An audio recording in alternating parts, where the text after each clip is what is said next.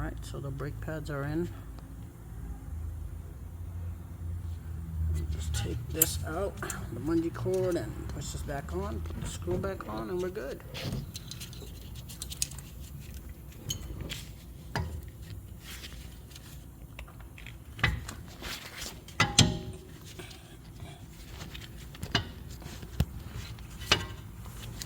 Now, it's all closed up.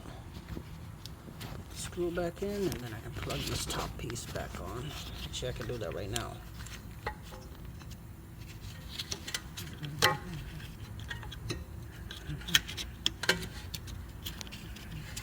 Sorry, don't have nobody to hold the camera, so I'm doing this by myself.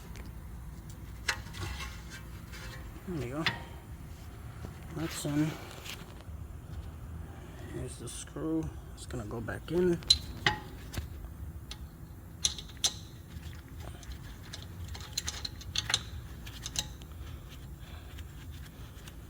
There you go. Just gotta make it tight and all set with this side.